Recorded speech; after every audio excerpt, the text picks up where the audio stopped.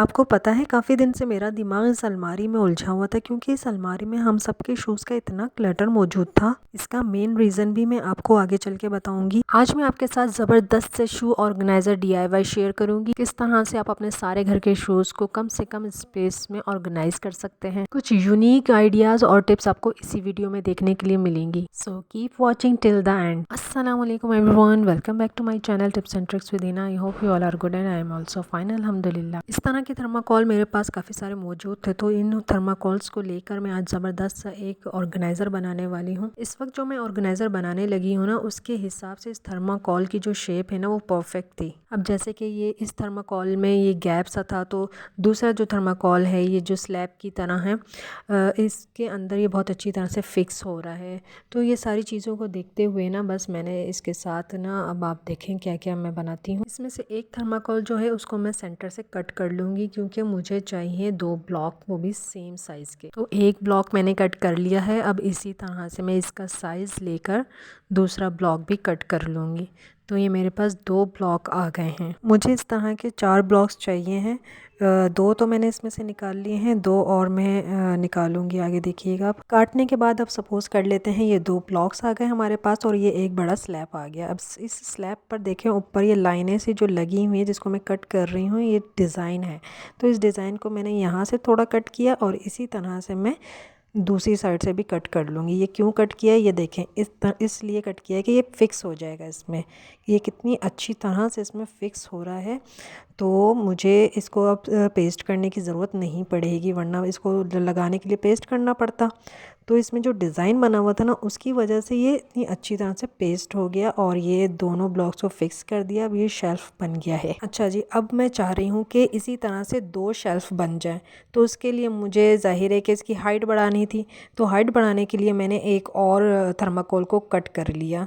तो ये 2 और ब्लॉक्स मेरे पास आ चुके हैं। अब पहले वाले ब्लॉक्स को और इन 2 ब्लॉक्स को पेस्ट कर लेंगे, यानी कि इनकी हाइट दे देंगे। इनको हाइट देने की वजह से अलग अलग कट किया है ताकि इनके सेंटर में 2 शेल्फ लग जाए। तो एक ये हाइटेड सा हमारे पास ऑर्गेनाइज़र आ जाएगा। अच्छी तरह से इसको प्रेस करके जोड़ लिया है। अब इन दोनों के सेंटर में मैं शेल्फ लगा दूंगी। उसको अल्फी से जोड़ने की ज़रूरत नहीं है, वो ऐसे ही फिक्स हो जाएंगी। तो 10 मिनट में ये देखें कितना ज़बरदस्त सा एक शूज़ ऑर्गेनाइज़र रेडी हो चुका है। इसकी बनाने की ज़रूरत क्यों पड़ी है, अलमारी खोलकर मैं आपको दिखाती हूँ। मैं सबके शूज़ को अलमारी में रखती हूँ क्योंकि मेरे पास कोई शू रैक नहीं है और बेड या टेबल के नीचे मैं इनको रखती नहीं हूँ क्योंकि सफाई करने में मुश्किल होती है। अलमारी में ये जगह मेरे पास खाली थी, तो इसलिए मैं शूज़ को यहीं रखती हूँ।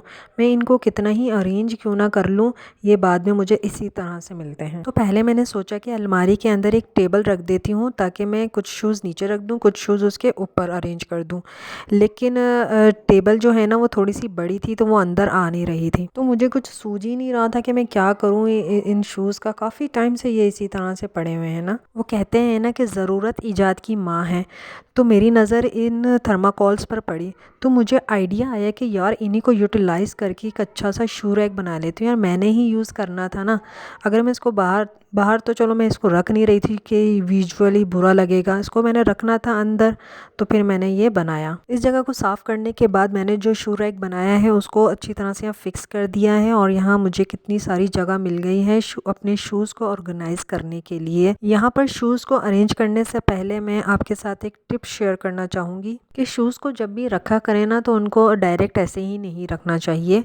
उनको पहले अच्छी तरह से साफ़ करना चाहिए। उन पे जो भी डस्ट वगैरह लगी हुई है उसको आप उतार लें, साफ़ कर लें कपड़े से या ब्रश से। चाहे वो फॉर्मल शूज़ हो या कैजुअल हो, हमें अपने फुटवेयर्स को हमेशा साफ़ करके ही रखना चाहिए। स्पेशली जो स्नीकर्स और पम्प्स होते हैं ना, उनके अंदर शॉपर को भर देना चाहिए ताकि ये डी शेप ना हो। जिन बॉक्सेस में शूज़ आते हैं ना, तो वो शूज़ कभी कभी टूट जाते हैं या ख़राब हो जाते हैं ना, तो फिर उसके बाद मैं शूज़ को इस तरह से नहीं छोड़ती। फ्लैट्स या शूज़ जो भी हों उनको इस तरह से नहीं छोड़ती। उनको मैं शॉपर में डाल के रखती हूँ हमेशा ना, ताकि ये इनके ऊपर दोबारा से डस्ट ना आए और ये ख़राब ना हो। इसी तरह से कुछ शूज़ के साथ ये गत्ता सा आता है, मैं इनको भी नहीं फेंकती। ये इसलिए होते हैं कि शूज़ डी शेप ना हो, तो मैं इनको फेंकती नहीं हूँ, इनको संभाल के रखती हूँ और इनको यूज़ भी करती हूँ। अच्छा, यहाँ पर मैं आपके साथ एक चीज़ शेयर करना चाहूँगी कि मैंने ये DIY ऑर्गेनाइज़र क्यों बनाया। ज़ाहिर है कि ये शू रैक कोई परमानेंट सॉल्यूशन तो है नहीं, मैं इसको बाद में रिप्लेस कर लूँगी। लेकिन कुछ चीज़ें ऐसी होती हैं जो आपकी अप्रोच में नहीं होती हैं।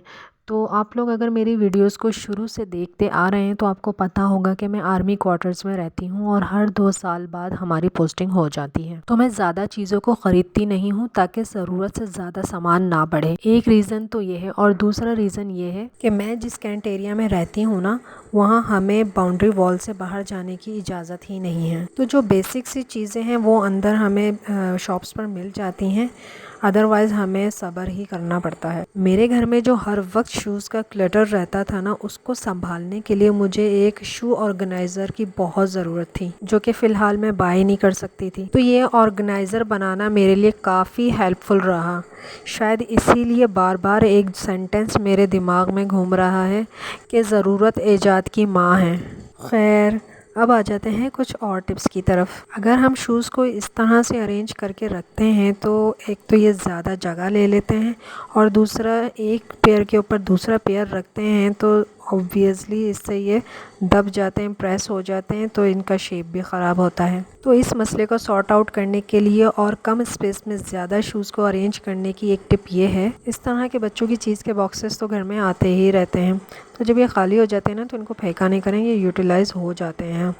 तो इस बॉक्स को देखें मैं किस तरह से यूटिलाइज़ कर रही हूँ कि इसको मैंने यहाँ अरेंज कर दिया है। अब एक पेयर मैं अंदर रख दूँगी और एक पेयर मैं इसके ऊपर रख दूँगी, तो इस तरह से कम स्पेस में ये काफ़ी सारे शूज़ आ जाएंगे। तो बच्चों के शूज़ ऑर्गेनाइज़ करने के लिए तो ये बेस्ट आइडिया है। एक तो उनके शूज़ छोटे होते हैं और दूसरा कि उनका वेट भी ज़्यादा नहीं होता, तो ये हल्के फुल्के से बॉक्सेस हैं। तो इस तरह से अगर इनको यूटिलाइज़ कर लेंगे तो ये काफ़ी हमारी जो स्पेस है वो शूज़ रखने के लिए स्मार्टली यूज़ हो जाएगी और इस तरह से आपके शूज़ भी ख़राब नहीं होंगे, डी शेप नहीं हो। सिमिलरली इस पेयर को मैं सीधा करके रखती हूँ तो ये ज़्यादा स्पेस चाहिए होगी, इसकी कम स्पेस में ये नहीं आ रहा है। तो कम स्पेस में इसको किस तरह से रखेंगे, एक शूज़ सीधा और दूसरा शूज़ पलट कर रख देने से ये कम स्पेस में बहुत अच्छी तरह से अरेंज हो जाएगा। इसी तरह से यहाँ पर भी इस शेल्फ पर ये 3 पेयर्स ईज़िली नहीं आ पा रहे हैं, तीसरे पेयर की यहाँ जगह नहीं बन रही है। तो इनको अरेंज करने के का भी यही तरीका है कि आप एक शूज़ सीधा और दूसरा अपोजिट डायरेक्शन में रख दें, तो इस तरह से काफ़ी स्पेस बन जाती है। तो इस तरह से ये 3 पेयर्स ईज़िली यहाँ पर आ जाएंगे, काफ़ी जगह बच जाती है इस तरह से। शूज़ को इस तरह से अरेंज करने की ये छोटी छोटी सी टिप्स एंड ट्रिक्स आपको कैसी लगी, मुझे कमेंट सेक्शन में कमेंट करके ज़रूर बताइएगा। अब देखें, छोटी छोटी सी ये टिप्स थी जिनको मैंने फॉलो किया और कम स्पेस में कितने सारे शूज़ अरेंज हो गए। और बच्चों के जो शूज़ बच गए थे वो मैंने मिनी हैंगर में इस तरह से क्लिप कर दिया और ये भी अरेंज हो गए। तो ये थी आज की वीडियो जिसमें मैंने आपके साथ शेयर किया एक DIY शू ऑर्गेनाइज़र और किस तरह से हम अपने फुटवियर्स की हिफाजत कर सकते हैं, उनको डी शेप होने से और उनको ख़राब होने से किस तरह से बचा सकते हैं और कम से कम स्पेस में ज़्यादा से ज़्यादा शूज़ रखने की कुछ ईजी लेकिन यूनिक टिप्स आपके साथ शेयर की। अगर वीडियो अच्छी लगी हो तो इसे ज़रूर लाइक कीजिएगा और अपने फ्रेंड्स एंड फैमिली में भी शेयर कीजिएगा। और अगर चैनल पर न्यू हैं, फर्स्ट टाइम आए हैं, तो चैनल को सब्सक्राइब ज़रूर कर लीजिएगा और साथ ही साथ बेल आइकन को भी प्रेस कर दीजिएगा ताकि फ्यूचर में आने वाली वीडियोस के नोटिफिकेशन सबको मिलते रहें। So take good care of yourself. अल्लाह हाफिज़।